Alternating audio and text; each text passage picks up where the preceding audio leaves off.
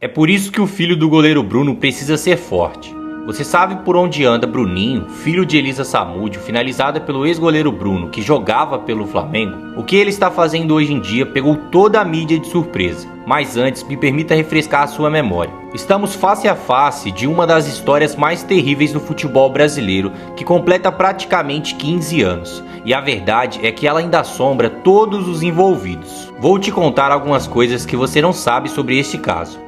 E alguns mistérios que cercaram o nome dele, Bruninho Samúdio, filho do goleiro Bruno. O ano era 2010. Bruno era um dos principais jogadores do Flamengo, vivendo o auge de sua carreira no futebol. Diante de tanta fama e prestígio, ele se envolveu com Elisa Samúdio. E tudo parecia perfeito: emprego no time dos sonhos, uma bela mulher ao seu lado e apoio imenso da maior torcida do mundo. Mas o que parecia perfeito se tornou um enorme pesadelo. Bruno, cego pela fama e rodeado pelos holofotes da mídia, descobriu que Elisa Samúdio estava grávida.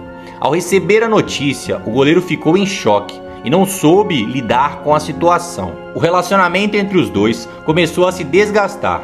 Vieram brigas, desentendimentos e discussões. Então Bruno tomou uma decisão drástica, uma decisão que mudaria todo o curso de sua vida e destruiria sua carreira por um detalhe que a mídia nunca revelou. Foi no contexto dessa decisão que estava ele, Bruninho, com apenas alguns meses, no auge da sua inocência.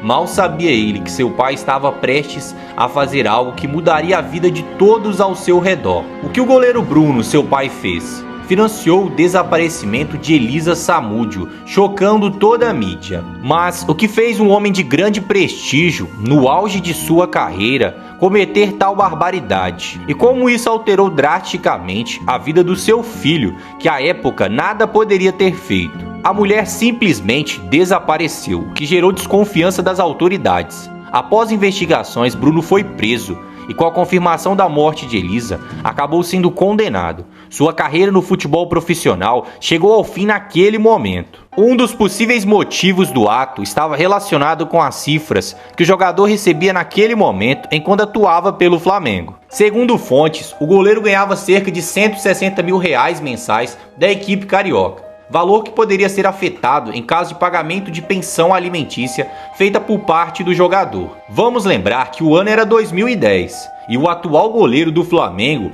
hoje ocupa a mesma posição, só que ganhando R$530 mil por mês. Mas nada disso parece fazer sentido. O que levaria um jogador com uma carreira tão promissora a fazer uma coisa dessas? Parece ter algo a mais nessa história, algo que o levaria a tomar uma péssima decisão que culminaria numa pena de 22 anos e 3 meses de prisão. Um detalhe que muda toda a narrativa: uma gravidez. O fator decisivo que pode ter levado Bruno a cometer o desaparecimento de Elisa seria a gravidez indesejada naquele momento para o goleiro. Segundo informações, o guarda-redes teria solicitado que Elisa realizasse um aborto.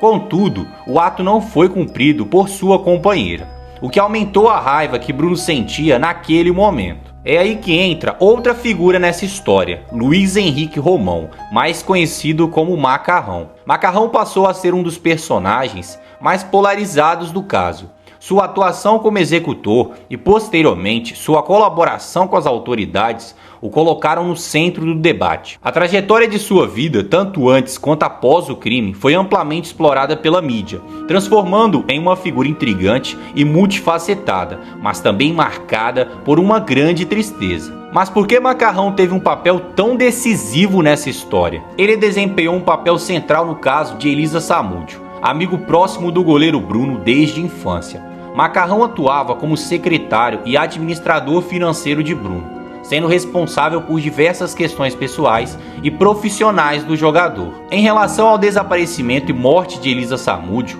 Macarrão foi acusado de coautoria no caso. Durante o julgamento, foi revelado que ele teria levado Elisa até o local onde ela foi finalizada, conforme depoimentos apresentados. Além disso, Macarrão foi condenado a 15 anos de prisão, conforme decisão judicial. A ex-companheira de Bruno, outra figura central dessa história, Daiane Rodrigues, chegou a ser julgada na época, mas acabou sendo absolvida.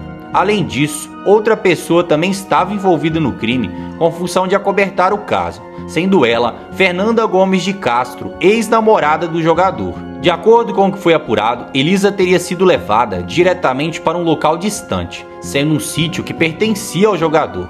Portanto, naquele momento, Bruno obteve o que precisava, um local isolado e sem a presença de muitas pessoas para pensar o desaparecimento de Elisa junto com pessoas de sua extrema confiança. No meio de toda essa tragédia, cresceu Bruninho, filho de Elisa. Imagine agora uma criança crescendo, ouvindo que seu pai foi um grande goleiro, mas que tinha feito algo terrível contra sua própria mãe. É por isso que o filho do goleiro Bruno precisou ser forte o tempo inteiro, porque mesmo com uma história tão conturbada, num contexto terrível, ele pouco a pouco começou a dar a volta por cima disso tudo. Ele seguiu os passos do pai no futebol, mas com uma diferença marcante. O garoto demonstrou talento e determinação.